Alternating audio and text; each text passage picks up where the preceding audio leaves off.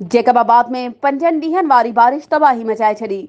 मुतासिर स्कूल में रहण ते मजबूर मुतासिरनि जो चवणु आहे त असां ॾे को बि अञा ताईं न आयो आहे, न ई असांजी का मदद कनि था। वधीक ॾिसूं था जमील गुल तहीम जी हिन रिपोर्ट में।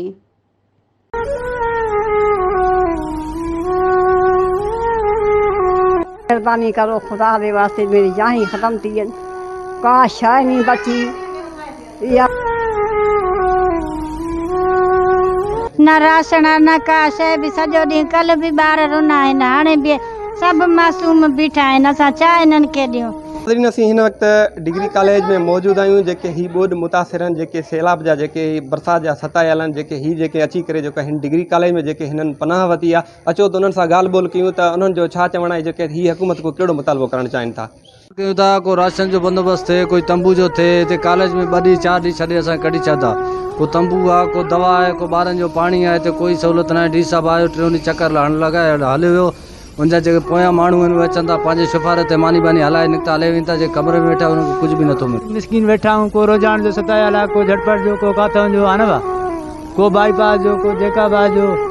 अहिड़े हिसाब सां काई शइ हिते न आहे, मालिकी न आहे। हाणे बि असांजा बचड़ा पिया आहिनि, गोरी बि न आहे, बुखार जो को गोरी ॾियूं, गर्मी में मरूं था है न। होबड़स खणी बीठो आहे, अलाह बि माफ़ी ॾे। असांजा ॻाल्हियूं इहे आहिनि, पाण जेके तव्हां महिरबानी करो असां सां।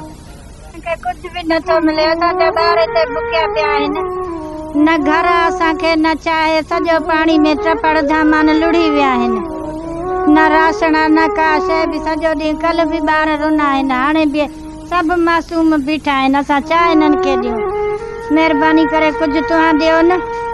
भगवान जे सदके, अपने हुसैन जे सदके, मैं गरीब हिकिड़ी रमज़ान बेवाही आहियां, माज़ूर आहियां, घुमण जहिड़ी न तव्हां जहिड़ी आहे।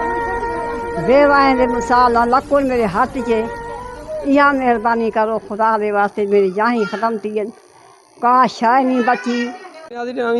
मुतासिरीन जी जेके ॻाल्हियूं ॿुधो, हिननि जो चवणु आहे त असांखे हिते जेका त डिग्री कॉलेज में का बि जेका आहे त सहूलियत न ॾिनी वई आहे, जेके असीं हिते बुखूं काटूं था। हिननि जो चवणु आहे त असीं DC जैकाबाद ॿिनि वस वारनि खां मुतालबो कयूं था त असांजो नोटिस वठी करे ऐं असांखे जेका त सहूलियत ॾिनी वञे। कैमरा टीम सां गॾु जमील गुल तहीम, CN न्यूज़ जैकबाबाद।